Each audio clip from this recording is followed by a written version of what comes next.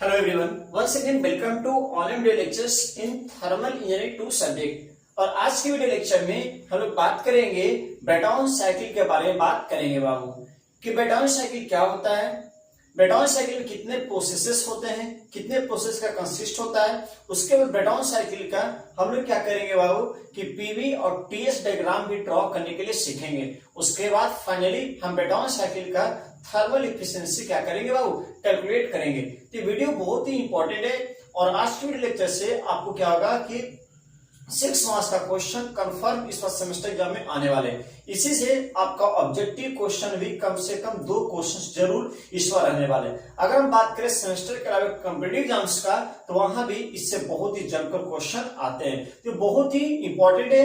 और thermal engineering 2 subject में सबसे पहला साइकिल ब्रेटॉन साइकिल आपका है बाबू, तो मतलब बहुत ही इंपॉर्टेंट है। तो सबसे पहली बात हम शुरू से बोलते आ रहे हैं कि हम लोग गैस टरबाइन स्टार्ट कर चुके हैं।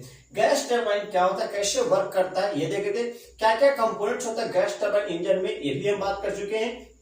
उसके बाद अगर हम बात करें तो कितने तरीके का गैस टरबाइन इंजन होता है वो भी देख चुके हैं। Open gas turbine engine, closed gas turbine engine, ये सब बात हम लोग कर चुके हैं बाबू। अब फाइनली ब्रेटॉन साइकिल का बात आता है जो कि मोस्ट इंपॉर्टेंट, यहाँ से एक तरीके से न्यूमेरिकल पार्ट भी बोला जाता है कि स्टार्ट हो गया आपका। तो पहली बात कि ब्रेटॉन साइकिल क्या है, तो पहली बात it is the working cycle for gas turbine engine. मतलब क्या कि ये जो गैस टरबाइन इंजन है वो किसी न किसी थ्योरेटिकल साइकिल पे वर्क तो कर रहा होगा। जैसे कि हम पेट्रोल इंजन गाड़ी का बात करें या डीजल इंजन गाड़ी का बात करें तो कोई ना कोई थ्योरेटिकल उसके लिए साइकिल बना है बाबू। तो जैसे कि पेट्रोल इंजन के लिए ऑटो साइकिल पे वर्क करता है, डीजल इंजन डीजल साइकिल पे वर्क करता है। तो अगर हम अपना बात करें थर्मल पावर प्लांट एनटीपीसी का अगर बात करें तो भी किसी न किसी थ्योरेटिकल वर्किंग साइकिल है, रैंकाइन साइकिल पे वर्क करता है। उसी तरीके से ये जो मेरा गैस टरबाइन इंजन है जिसका एप्लीकेशन एयरक्राफ्ट में जेट प्रोपल्शन में करते हैं, तो ये भी कोई ना कोई एक थ्योरेटिकल साइकिल पे वर्क करता है और वो थ्योरेटिकल साइकिल डिफाइंड होता है और वो क्या होता है, ब्रेटॉन साइकिल होता है। तो पहली बात कि ब्रेटॉन साइकिल से ऑब्जेक्टिव क्वेश्चन ये आएगा कि ब्रेटॉन साइकिल क्या होता है, तो एक तरीके से वर्किंग साइकिल है किसके लिए, गैस टरबाइन इंजन के लिए। दूसरी बात, इसी ब्रेटॉन साइकिल को हम जूल साइकिल भी कहते हैं, तो दूसरा नाम से भी आ सकता है डैडी it is also known as Joule cycle. क्या होता है, जूल साइकिल। अब बात है साइकिल, साइकिल क्या होता है आप बेसिक थर्मोडायनामिक्स में पढ़ेंगे जिसका इनिशियल और फाइनल पॉइंट क्या होगा वो सेम हो। मतलब क्या, गए दूसरे पाथ से कहीं एक जगह से स्टेट 1 से स्टेट 2 पे गए तो दोनों के फिर स्टेट 2 से स्टेट 1 पे वापस लौट गए। मतलब क्या कि अगर हम बात करें तो क्या होता है थर्मोडायनामिक्स में साइकिल क्या होता है, तो थोड़ा सा साइकिल का अगर हम बात करें तो मान लीजिए कि आप समझिए बात को कि कोई मेरे पास इनिशियल स्टेट 1 है, इनिशियल स्टेट 1 है।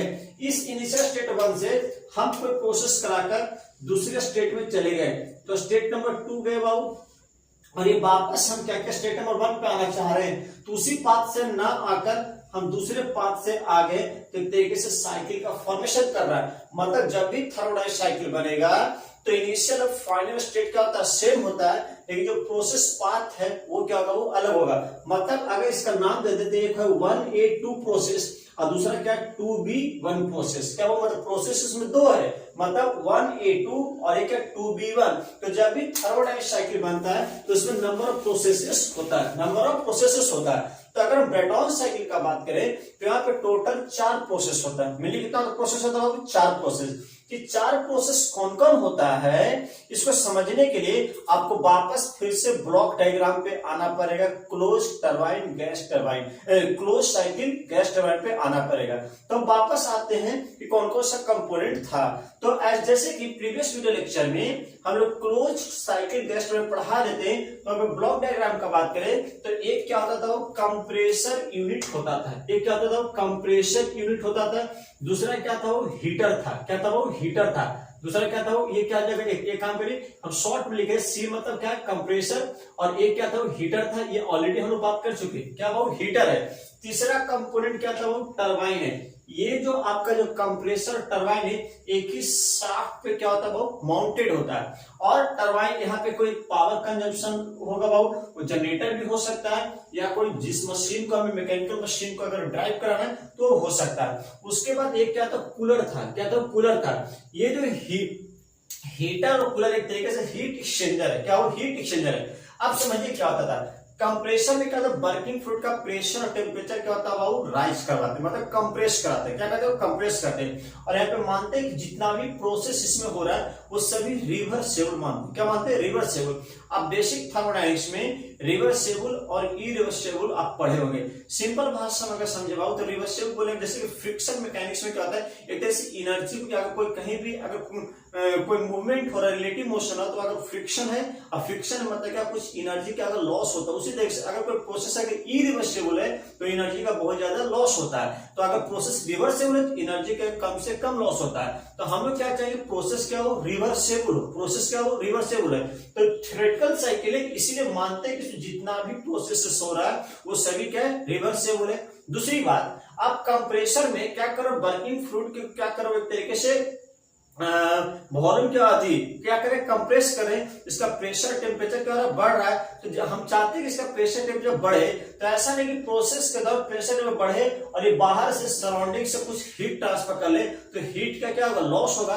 तो हम चाहते हैं क्या, थ्योरेटिकली चाहते हैं कि कोई भी हीट का लॉस यहाँ पे नहीं हो ड्यूरिंग द प्रोसेस, इसीलिए एडियाबेटिक मानते हैं। जहां एडियाबेटिक में क्या होता है, heat transfer between system surrounding क्या होता है, वो जीरो होता है। क्या होता है, जीरो। तो एक तीन तरीके से सिस्टम पढ़े, एक पढ़े क्या हो, isolated system, close system, open system. तो आइसोलेटेड सिस्टम में कोई भी एनर्जी का एक्सचेंज ना एनर्जी का एक्सचेंज ना मास का एक्सचेंज सिस्टम सराउंडिंग में जो होता है उसको कैसे रिप्रेजेंट करते हैं, हैश लाइन से रिप्रेजेंट कर देते हैं बाबू। इसका मतलब क्या है कि यहाँ पे सबसे पहले बात की पहला यूनिट क्या हो, कंप्रेसर। क्या हो, कंप्रेसर। इसका नंबरिंग कर दे रहे। ये कंप्रेसर का हम लोग क्या मानते हैं, इनलेट एंट्री पॉइंट मानते हैं। ये कंप्रेसर क्या मानते हैं, एंट्री पॉइंट। तो इसको हम किससे नंबरिंग कर रहे हो, 1 से। तो ध्यान से समझिए, बहुत ही ध्यान से समझते चले बाबू। कंप्रेसर के एंट्री पॉइंट है उसको क्या मानते हैं, 1 मानते हैं। यहाँ पे वर्किंग फ्लूइड क्या क्या कंप्रेसर में गया, इसका प्रेशर टेम्परेचर बहुत ही क्या कम है, क्या वो एटमॉस्फेरिक प्रेशर मान के चलते हैं, तो लोअर प्रेशर भी इसको बोल सकते हैं। ये कंप्रेशन में क्या होता है, वर्किंग फ्लूइड कंप्रेस हुआ, क्या कंप्रेस हुआ। जैसे कोई भी चीज को कंप्रेस दबाइएगा तो उसका स्पेसिफिक वॉल्यूम क्या होगा, घटेगा। स्पेसिफिक वॉल्यूम क्या होगा, घटेगा। उसका प्रेशर क्या होगा, बढ़ेगा। टेम्परेचर क्या होगा, बढ़ेगा। अब ये जो टेम्परेचर बढ़ रहा है, हम नहीं चाहेंगे कि यहाँ पे हीट का सराउंडिंग से कोई भी एक्सचेंज हो। ऐसे में क्या होगा, हीट लॉस भी हो सकता है। इसीलिए हम प्रोसेस, पूरे कंपोनेंट प्रोसेस को एडियाबेटिक मानते हैं। तो एडियाबेटिक को पहचानने के लिए हम लोग क्या करते हैं, इसको इस तरीके से क्या कर देते हैं बाबू, हैश कर देते हैं। मतलब कहीं भी अगर ऐसा रहे बाबू तो समझ लेना कि क्या ये एडियाबेटिक है। तो मतलब यहाँ पे हीट ट्रांसफर कोई नहीं होगा, तो बोल सकते हैं कि हीट ट्रांसफर क्या वो, क्यू का वैल्यू क्या वो, जीरो है। हीट ट्रांसफर क्या वो, जीरो है। हीट ट्रांसफर क्या है, जीरो। उसमें फाइनली वर्किंग फ्लूइड का जितना प्रेशर टेम्परेचर आपको बढ़ाना है, हर कंप्रेसर का एक क्या होता है, कैपेसिटी होता है। तो मतलब कि जैसे वर्किंग फ्लूइड का प्रेशर टेम्परेचर गिवन वैल्यू पे बढ़ गया बाबू, जितना सेट वैल्यू उतना बढ़ गया, तो फाइनली यहाँ से वर्किंग फ्लूइड क्या होता है बाबू, कंप्रेसर से डिस्चार्ज होता है। तो मतलब क्या कि ये एग्जिट पॉइंट कहलाता है। क्या कहलाता है, एग्जिट पॉइंट। तो जब ये एग्जिट कर रहा है तो इसको हम क्या मानते हैं बाबू, सेकंड मानते हैं। क्या मानते हैं, सेकंड दो नंबरिंग दे रहे हैं। तो 1 पॉइंट क्या बाबू, 1 पॉइंट कंप्रेसर का इनलेट है, 2 पॉइंट क्या हो, exit of compressor. Exit of compressor एक प्रोसेस हो रहा है, एक क्या प्रोसेस है। प्रोसेस क्या है, the change of state is known as process. Process क्या बाबू, the change of state is known as process. मतलब क्या, पहले एक रूम है बाबू, इस रूम में टेम्परेचर क्या 20 डिग्री सेंटीग्रेड है। अगर इसमें कहीं से बाहर से 100 किलो हीट अगर ऐड कर दिए तो इसका टेम्परेचर हो सकता है कि 20 से क्या 22 डिग्री सेंटीग्रेड हो जाए बाबू। तो पहले स्टेट क्या, मतलब कि जहां पे स्टेट क्या होता है, किसी सिस्टम की कंडीशन के बारे में बताता है। तो पहले कितना था, वो हीट ऐड करने से पहले रूम का टेम्परेचर कितना था, 20 डिग्री सी। तो आप टेम्परेचर के माध्यम से आप इस रूम का स्टेट अवस्था आप क्या करें, डिफाइन करो। आप इसमें क्या किए कि बाहर से कोई क्या किए कि आप 100 किलो हीट ऐड किए, तो इससे क्या हो गया बाबू कि आपका रूम का टेम्परेचर क्या हो गया, आपका बढ़कर कितना हो गया, 22 डिग्री सेंटीग्रेड। तो स्टेट क्या हो गया, बदल गया। तो जो स्टेट जो बदला, पहले इनिशियल स्टेट कितना था वो, इनिशियल स्टेट 1, फाइनल स्टेट क्या हो गया 2। तो मतलब जो स्टेट 1 से स्टेट 2 पे गए, तो क्यों गए, तो हम इसमें हीट ऐड किया बाबू। एक तरीके से the change of state in क्या कहते हैं, वो प्रोसेस करते हैं। बेसिक थर्मोडायनेमिक्स में पढ़ाया गया होगा। तो मतलब क्या, इसको प्रोसेस करते हैं। तो प्रोसेस तो हो रहा है, तो यहाँ पे प्रोसेस जो हो रहा है वो सभी प्रोसेस रिवर्सिबल मानते हैं। ये इतना तो समझ में आ रहा है। साथ साथ यहाँ पे कोई हीट ट्रांसफर ट्रांसफर नहीं हो रहा है, तो मतलब जो प्रोसेस 1 से 2 हो रहा है, 1 से 2 हो रहा है, वो रिवर्सेबल एडियाबेटिक का नाम देते हैं। और यहाँ पे वर्किंग फ्लूइड का वॉल्यूम, स्पेसिफिक वॉल्यूम क्या हो रहा है, घट रहा है, प्रेशर क्या हो रहा है, बढ़ रहा है, टेम्परेचर क्या हो रहा है, बढ़ रहा है, तो इसको कंप्रेशन प्रोसेस कहते हैं। तो एक प्रोसेस, पहला जो 4 प्रोसेस है, उसको पहला जो प्रोसेस है वो इट इज प्रोसेस 1 से 2, क्या वो प्रोसेस, फर्स्ट जो प्रोसेस है इसका नाम दे देंगे प्रोसेस 1 से 2, प्रोसेस 1 से 2, इसका नाम क्या जाएगा, प्रोसेस 1 से 2। तो अगर प्रोसेस 1 से 2 का अगर नेमिंग अगर हम लोग करें तो प्रोसेस 1 से 2 का नाम क्या जाएगा वो रिवर्सेबल एडियाबेटिक। रिवर्स, क्योंकि हीट ट्रांसफर नहीं हो रहा प्रोसेस 1 से 2 के बीच में, तो मतलब क्या, इसका नाम क्या दे देंगे, रिवर्सेबल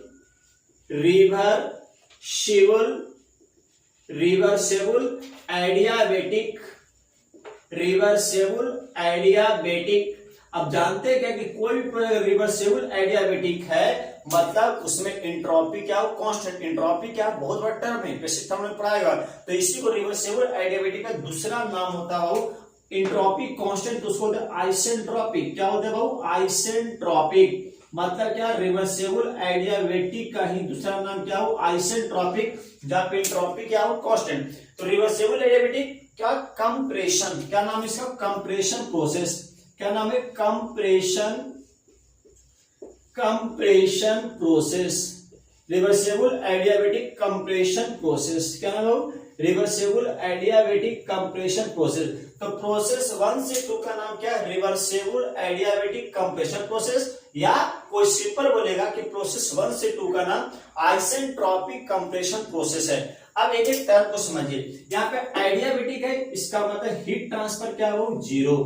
हीट ट्रांसफर क्या हो, जीरो। आइसेंट्रोपिक बोलने का मतलब क्या कि एंट्रोपी क्या हो, कांस्टेंट। एंट्रोपी क्या हो, कांस्टेंट। अब एंट्रोपी क्या होता है, सिंपली आप समझिए क्या कि रैंडमनेस। एक तरीके से एंट्रोपी जितने ज्यादा किसी सिस्टम में, बस उसमें एरर उतना ही क्या हो, ज्यादा है। मतलब एनर्जी जो है, एक तरीके से एनर्जी अगर बोल सकते क्या कि एक अरेंज मैनर में है तो उसका यूटिलाइजेशन ज्यादा है, और अगर एनर्जी अगर डिसऑर्डर्ड फॉर्म में है बाबू तो उसका यूटिलाइज हम अच्छे तरीके से नहीं कर सकते। तो किसी सिस्टम के अंदर अगर एंट्रोपी ज्यादा है, इसका मतलब डिसऑर्डरनेस ज्यादा है, मतलब उस सिस्टम का एनर्जी जो मौजूद है वो डिसऑर्डर मैनर में, हम उसको अच्छे तरीके से यूटिलाइज नहीं कर सकते। सिंपल एंट्रोपी का यही मतलब है। तो यहाँ पे एंट्रोपी क्या हो, कांस्टेंट है। इतना समझ आ रहा है। कंप्रेशन है, मतलब क्या कि कंप्रेशन है तो वर्किंग फ्लूइड का स्पेसिफिक वॉल्यूम क्या होगा, घटेगा।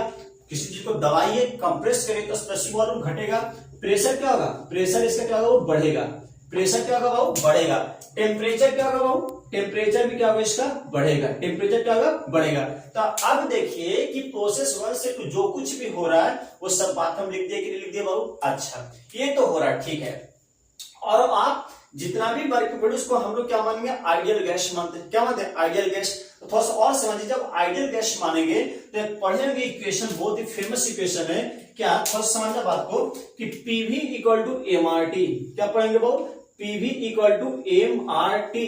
पीवी इक्वल टू एमआरटी पढ़ेंगे बाबू। यहां से आइडियाबेटिक प्रोसेस के लिए पीवी के power gamma equal to constant पढ़ेंगे। पीवी के power gamma equal to constant पढ़ेंगे। गामा क्या होता है, गामा होता है ratio of CP upon CV. Gamma क्या कहते हैं, स्पेसिफिक हीट रेशियो। क्या कहते हैं वो गामा को, गामा को कहते हैं स्पेसिफिक हीट रेशियो कहते हैं, जो कि सीपी अपॉन सीवी क्या हो, specific heat at constant pressure, और सीवी का मतलब specific heat at constant volume. ये हर अलग अलग फ्लूइड के लिए, अलग अलग गैसेस के लिए ये गामा का वैल्यू क्या होता है, अलग अलग होता है। 1.41, 1.33, 1.67 ये सब अलग अलग वैल्यूज होता है। तो ये गामा क्या, स्पेसिफिक हीट रेशियो का वैल्यू है। अब समझिए कि यहां से आप दोनों के लिए लगा सकते हैं, पीवी के power gamma equal to constant, मतलब 1 और 2 पे लगाइएगा तो क्या होगा, इसको लिख सकते हैं P1 V1 के power gamma equal to P1 V1 के पावर गामा इक्वल टू क्या हो, P2 V2 के पावर गामा लिख सकते हैं कि नहीं लिख सकते हैं भाव, लिख सकते हैं। दूसरी बात, एक और इक्वेशन कि PV इक्वल टू MRT है, तो यहां से बोल सकते हैं कि PV by T equal to क्या, कांस्टेंट मास, और R क्या, कैरेक्टरिस्टिक गैस कांस्टेंट। तो किसी पार्टिकुलर वर्किंग फ्लूइड के लिए R का वैल्यू क्या होगा, सेम। तो यहां से कांस्टेंट लगा सकते हैं, तो ये भी लिखेगा। तो P1 V1 upon T1 equal to P2V2 upon क्या करेगा T2 लिखिएगा बाबू। अब देखिए कि यहाँ पे क्या करेंगे कि V1 और V2 के वैल्यू ये दोनों रिप्लेस कर देंगे, मतलब हम प्रेशर और टेम्परेचर के टर्म में रखेंगे। तो इस इक्वेशन और इस इक्वेशन से दोनों सॉल्व करिएगा तो एक इक्वेशन आएगा, वो इक्वेशन क्या आएगा बाबू, T2/T1 इक्वल टू P2/P1 के पावर गामा -1 अपॉन गामा है। आप हम क्या बोले, एक इक्वेशन ये यहाँ से V1 और V2 का वैल्यू क्या करो, रिप्लेस करो, इसमें बैठाओ तो ये इक्वेशन आएगा। तो T2/T1 इक्वल टू P2/P1 के पावर गामा -1 अपॉन गामा। आप ये जब थर्मल इंजीनियरिंग 1 या BME पढ़ेंगे तो वहां भी इक्वेशन आप यूज करेंगे। हम केवल यहाँ पे इसलिए बता रहे कैसे इक्वेशन आया तो उसका मैं डेरिवेशन आपको हम करवाने का कोशिश किए। तो हमें फाइनली मतलब किससे, हमें मतलब है केवल इस रिजल्ट से याद रखना है कि जब भी कोई कंप्रेशन प्रोसेस या एक्सपेंशन प्रोसेस मतलब एडियाबेटिक कोई भी प्रोसेस अगर है तो एडियाबेटिक के लिए हम ये लगा सकते हैं बाबू। तो यहाँ पे देखिए कि प्रोसेस 1 से 2 ये बात हम लिख सकते हैं। इसका मतलब क्या लिख सकते हैं, जरा समझिए बात को। T2/T1 इक्वल टू P2/P1 बताइए P2/P1 के पावर गामा -1 अपॉन गामा लिख सकते हैं। अब बताओ क्या P2 क्या है, P1 से ज्यादा है और बहुत ज्यादा, तब P2 का वैल्यू P1 से क्या होगा, वो ज्यादा होगा। तो इसीलिए P2 को हम हायर प्रेशर बोलते हैं PH और P1 को क्या बोलते हैं, वो PL मतलब लोअर प्रेशर बोलते हैं। क्या बोलते हैं वो, लोअर प्रेशर। तो इसी को लिख सकते हैं higher pressure upon lower pressure के पावर क्या होगा, वो गामा -1 अपॉन गामा। और ये जो हायर प्रेशर और लोअर प्रेशर है इसको बोलते हैं प्रेशर रेशियो। ये जो PH/PL है, PH/PL जो है इसी को आरपी बोलते हैं। और आरपी क्या हो, प्रेशर रेशियो। आरपी क्या हो, प्रेशर रेशियो। तो हम ऐसे बोल सकते हैं कि आरपी की पावर गामा -1 अपॉन क्या हो, गामा बोल सकते हैं। ये इक्वेशन नंबर आप क्या याद रखिए भाऊ, 1 याद रखिए। इक्वेशन नंबर क्या याद रखिए भाऊ, 1 याद रखिए। मतलब प्रोसेस 1 से 2 के बीच में कौन सा इक्वेशन याद रखना, ये T2/T1 इक्वल टू आरपी के power gamma -1 upon gamma. RP क्या हो, pressure ratio, higher pressure upon lower pressure. ये इतना तो हुआ। अब इसके बाद क्या होता है, वर्किंग फ्लूइड क्या होता है कि जाता है हीटर में। हीटर में क्या करते हैं, बाहर से हम क्या करते हैं, हीट सप्लाई करते हैं। क्या सप्लाई करते हैं वो, हीट सप्लाई करते हैं। QS कोई मानते हैं कि हीट सप्लाई हम क्या कर रहे हैं, QS कर रहे हैं। और ये जो हीट सप्लाई करे वो कांस्टेंट प्रेशर पे करते हैं। किस प्रोसेस पे बाबू, कांस्टेंट प्रेशर पे करते हैं। तो मतलब क्या, कि हम प्रेशर क्या मानते हैं, कांस्टेंट मानते हैं। मतलब कि वर्किंग फ्लूइड का भी प्रेशर कितना है, P2 है। तो बाद में भी जब हीट एड तो भी प्रेशर क्या होगा, P2 ही रहेगा। लेकिन इसका कंपोनेंट हम क्या करते हैं कि 2 के बाद इसके हीटर के बाद इसका नाम क्या कर देते हैं, वो 3 कर देते हैं। तो मतलब क्या, प्रेशर P2 इक्वल टू क्या हो जाएगा, P3। P2 इक्वल टू क्या हो जाएगा, वो P3। मतलब कांस्टेंट प्रेशर पे हीट ऐड कर रहे हैं। तो अगर एक और प्रोसेस है 2 से 3 क्या हो रहा है, हीट एडिशन हो रहा है। सभी प्रोसेस रिवर्सिबल माने और यहाँ जो हीट ऐड हो रहा है कांस्टेंट प्रेशर पे हो रहा है। तो हम इसको लिख सकते हैं कि नेक्स्ट प्रोसेस हम क्या लिख सकते हैं भाऊ, प्रोसेस 2 to 3। इसका नाम क्या जाएगा भाऊ, रिवर्सेबल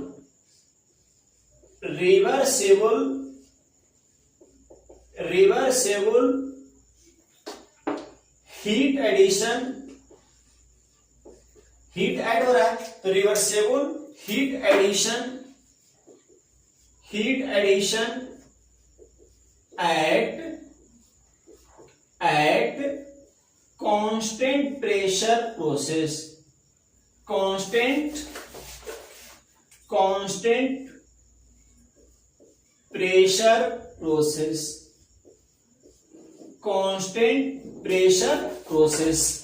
कांस्टेंट प्रेशर प्रोसेस। अब बताइए कि यहाँ पे हीट ऐड हो रहा है, ठीक है। ये हीट तो जो हम जानते हैं बहुत ही फेमस क्वेश्चन पढ़ेंगे MCPDT। क्या बाबू, MCPDT। तो यहाँ पे हीट सप्लाई जो हो रहा है QS, कितना अमाउंट ऑफ हीट सप्लाई हो रहा है, QS। लगा सकते हैं MCPDT। तो यहाँ जो चेंज इन टेम्परेचर हो रहा है वो इसी को लिख सकते हैं MCP। टेम्परेचर कितना, T3 - T2। T3 माइनस क्या होगा बाबू T2, T3 minus T2, T3 minus T2, तो कितना है हीट ऐड हो रहा है, तो QS equal to mCp T3 minus T2 लिख सकते हैं, लिख सकते हैं इसको। इक्वेशन नंबर आप क्या याद रखें बाबू, second, equation number second, equation number second. Next आप कहा जाएगा बाबू, यहाँ पे हॉट गैसेस का तो जनरेट होता है और यही हॉट गैस का प्रेशर टेम्परेचर का बहुत ही ज्यादा है। अब ये कहाँ गया बाबू, टरबाइन यूनिट में गया। तो यहाँ पे क्या होता है, एक्सपेंशन होता है। तो यहाँ पे एक्सपेंशन, तो चाहते हैं कि इसके साथ इस हॉट गैसेस का जितना भी हीट है वो हीट सराउंडिंग में लॉस नहीं हो, वो पूरा हीट का यूटिलाइजेशन इस टरबाइन के एक्सपेंशन के दौरान हो। इसलिए इस टरबाइन यूनिट को हम लोग क्या मानते हैं, वो एडियाबेटिक मान के चलते हैं। क्या मान के चलते हैं, एडियाबेटिक। मतलब क्या कि यहाँ पे टरबाइन यूनिट में भी कोई भी हीट ट्रांसफर सराउंडिंग के साथ नहीं होगा, और अगर हीट ट्रांसफर अगर नहीं हो रहा है इसका मतलब प्रोसेस क्या, एडियाबेटिक है। और क्या रिवर्सेबल है। और यहाँ पे हॉट गैसेज एक्चुअली क्या करता है, टरबाइन में ब्लेड के प्रोफाइल के ऊपर से क्या करता है, फ्लो करता है। तो उसके दौरान, उसी दौरान क्या होता है कि प्रेशर टेम्परेचर में क्या होता है, ड्रॉप होता है। उसको एक्सपेंशन प्रोसेस बोलते हैं। मतलब यहाँ पे स्पेसिफिक वॉल्यूम क्या होगा बाबू, बढ़ेगा, प्रेशर क्या होगा, घटेगा, टेम्परेचर क्या होगा, घटेगा। तो हम बोल सकते हैं कि टरबाइन यूनिट के बाद निकलने के बाद इसको नाम हम क्या दे देते हैं बाबू, 4 नंबर। क्या नाम दे देते हैं, 4 नंबर नाम दे देते हैं। एक और प्रोसेस का नाम होता है that is process 3 to 4। Process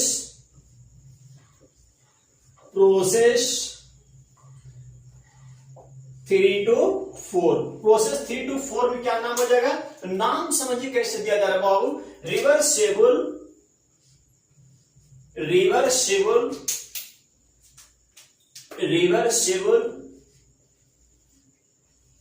कोई भी हीट ट्रांसफर नहीं हो रहा है, नहीं हो रहा सर, तो रिवर्सेबल एडियाबेटिक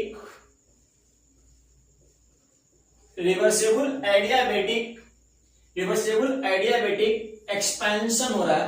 मतलब क्या, एक्सपेंशन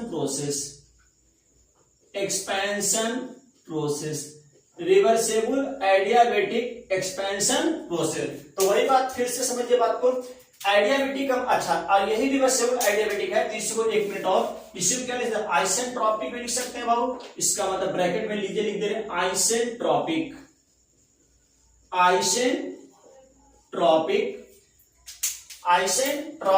एक्सपेंशन प्रोसेस,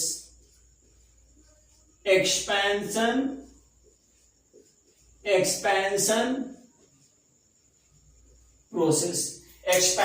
प्रोसेस। अब बात फिर से देखिए, एडियाबेटिक का मतलब क्या हो, हीट ट्रांसफर 0। आइसेंट्रोपिक बोले का मतलब एंट्रोपी क्या हो, कांस्टेंट। और अभी एंट्रोपी क्या, अभी पता है कि अगर एंट्रोपी के सिस्टम के अंदर एंट्रोपी ज्यादा है, इसका मतलब एनर्जी का डिसऑर्डर्ड मैनर में, मतलब आप उसको अच्छे से यूटिलाइज नहीं कर सकते हो। किसी सिस्टम के अंदर एंट्रोपी कम है, इसका मतलब डिसऑर्डरनेस कम है, मतलब उस सिस्टम का जो एनर्जी आप उसको अच्छे तरीके से यूटिलाइज करिएगा बाबू। नेक्स्ट एक्सपेंशन है, इसका मतलब आपका स्पेसिफिक वॉल्यूम क्या होगा बाबू, बढ़ेगा, प्रेशर क्या होगा, घटेगा, टेम्परेचर क्या होगा बाबू, घटेगा। है क्या, एडियाबेटिक है। तो एडियाबेटिक तो लगा सकते हैं ना बाबू। तो यहाँ पे क्या है कि क्या T3 और क्या वो T4 है। तो इसी को फिर से लगाएंगे इस प्रोसेस के दौरान। तो क्या हम इसको लिख सकते हैं, लिख सकते हैं sir, T3 upon T4 equal to P3 upon P4 के पावर गामा -1 अपॉन गामा लिख सकते हैं, लिख सकते हैं। अब बताइए कि यहाँ जो हीट जो एडिशन हुआ, क्या कांस्टेंट प्रेशर हुआ, तो जो भाई प्रेशर P2 है वही क्या P3 है। इसका मतलब लिख सकते हैं ऊपर में कि P2 इक्वल टू क्या है, P3 इक्वल टू क्या, हायर प्रेशर है। इसका मतलब pH लिख सकते हैं कि नहीं लिख सकते हो, लिख सकते हैं सर। और यहां पे लिख सकते हैं कि नीचे के लिए क्या है कि जो प्रेशर P4 है वही प्रेशर क्या है, वो P1 है। तो P4 equal to P1 equal to क्या, लोअर प्रेशर है। तो ये लिख सकते हैं। तो देखिए कि P3 की जगह क्या लिख सकते हैं, हायर प्रेशर pH लिख सकते हैं, pH, और P4 की जगह लिख सकते हैं, PL लिख सकते हैं। तो के पावर गामा -1 अपॉन क्या लिख सकते हैं बाबू, गामा लिख सकते हैं। तो इसी को हम क्या लिख सकते हैं, higher pressure upon lower pressure क्या भी कहते हैं, pressure ratio. Higher pressure pH upon PL equal to क्या बोले बाबू, आरपी बोले। आरपी क्या है, प्रेशर रेशियो। आरपी क्या वो, प्रेशर रेशियो। आप इस बात को याद रखिए। तो आप यहां पे देखिए क्या कि कि यहाँ पे क्या लिख सकते हैं कि प्रेशर रेशियो, इसका मतलब आरपी के पावर गामा -1 अपॉन गामा लिख सकते हैं, लिख सकते हैं। इस इक्वेशन को क्या याद रखिए, थर्ड। इतना बात समझ में आया बाबू, इतना बात समझ में आया, इतना राइट डाउन हो जाएगा, राइट डाउन। अब एक और process that is 4-to-1। 4-to-1 क्या कूलर है, टेम्परेचर क्या होता है, सराउंडिंग्स में क्या होता है, हीट लॉस होता है, रिजेक्शन, हीट का रिजेक्शन, तो that is QR। Amount of heat कितना रिजेक्ट हुआ सराउंडिंग में, QR। तो यहाँ पे क्या होता है, वर्किंग फ्लूइड वापस क्या होता है, इनिशियल प्रेशर टेम्परेचर पे आ जाता है, प्रेशर तो इनिशियल टेम्परेचर पे आ जाता है। इसका मतलब क्या कि यहाँ पे प्रोसेस क्या हो रहा है, कांस्टेंट प्रेशर पे हीट रिजेक्शन होता है। तो याद रखना है कि ब्रेटॉन साइकिल में heat addition, heat rejection constant pressure पे होता है। ब्रेटॉन साइकिल में heat addition, heat rejection constant pressure पे होता है। आपसे पूछेगा कि ब्रेटॉन साइकिल में चारों प्रोसेस कौन कौन होता है, तो दो क्या होता है, रिवर्सिबल एडियाबेटिक होता है, दैट इज एक आइसेंट्रोपिक कंप्रेशन प्रोसेस और दूसरा क्या हो, आइसेंट्रोपिक एक्सपेंशन प्रोसेस होता है। बाकी दो क्या होता है, तो एक हीट एडिशन होता है एट कांस्टेंट प्रेशर और दूसरा होता है heat rejection eight constant pressure. इसका मतलब प्रोसेस 4-to-1 हमें लिखना है। तो प्रोसेस 4-to-1 कहां लिख दे बताइए, यहाँ पे लिख दे बाबू, इसको मिटा दे, इसको मिटा के लिख दे प्रोसेस 4-to-1, इसको मिटाते हैं। तो मतलब क्या कि आप यहाँ पे लिख सकते हैं प्रोसेस, यहाँ पे लिख दे बाबू प्रोसेस 4-to-1। तो प्रोसेस 4-to-1 का नाम क्या जाएगा बाबू, प्रोसेस 4-to-1 का नाम हो जाएगा रिवर्सिबल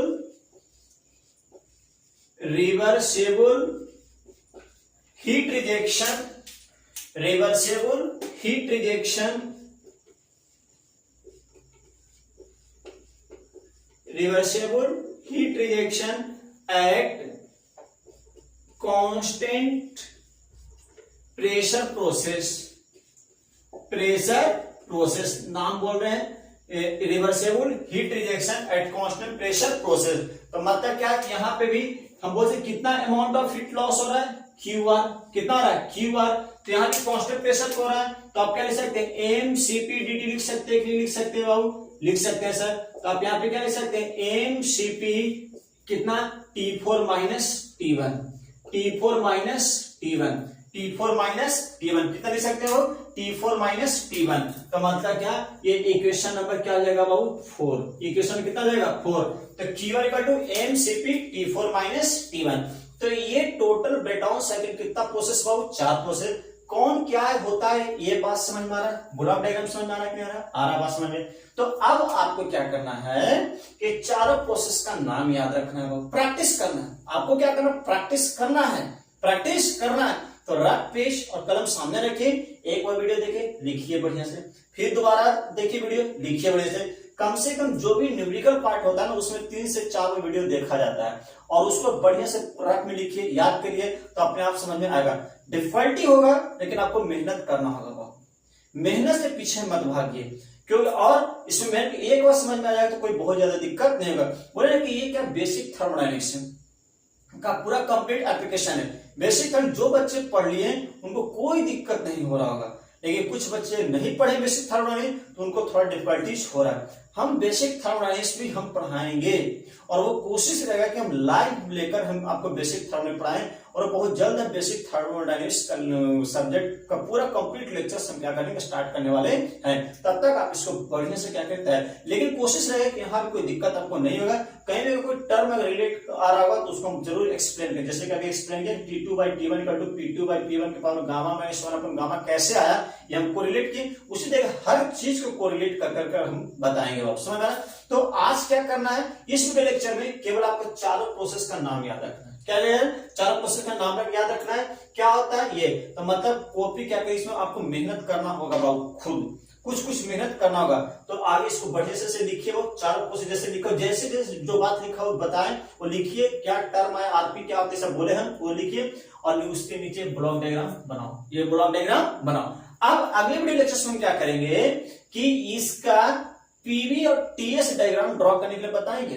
इसका क्या करेंगे, पीवी और टीएस डायग्राम कैसे ड्रॉ करते हैं। तो पीवी और टीएस डायग्राम ड्रॉ करने के लिए आपको प्रोसेस का नाम याद रखना चाहिए। प्रोसेस का नाम याद होना चाहिए और कुछ बेसिक कॉन्सेप्ट भी आपको पता होना चाहिए। तो अगले वीडियो लेक्चर्स में हम वो बेसिक कॉन्सेप्ट में भी जाएंगे, डिटेल में बात करेंगे और इसका ब्रेटॉन साइकिल का पीवीएफ टीएस डायग्राम क्या करेंगे, ड्रॉ करेंगे। उसके बाद हम लोग थर्मल एफिशिएंसी को क्या करेंगे, कैलकुलेट करेंगे। तो और दूसरी बात, ये जो 4 इक्वेशन लिखे ना, 1 2 3 और ये 4, ये चारों तुम याद कर जाओ। चारों क्या कर जाओ, याद कर जाओ। क्या कर जाना है, याद कर जाना। समझ क्यों, ये चारों का यूज अभी आगे होने वाला है। जब थर्मल एफिशिएंसी निकालेंगे तो वहां पे इसका यूज आने वाला है। तो आज के लिए इतना रखते हैं, तब तक के लिए बाबू टेक केयर, खुश रहिए। जय मैकेनिकल।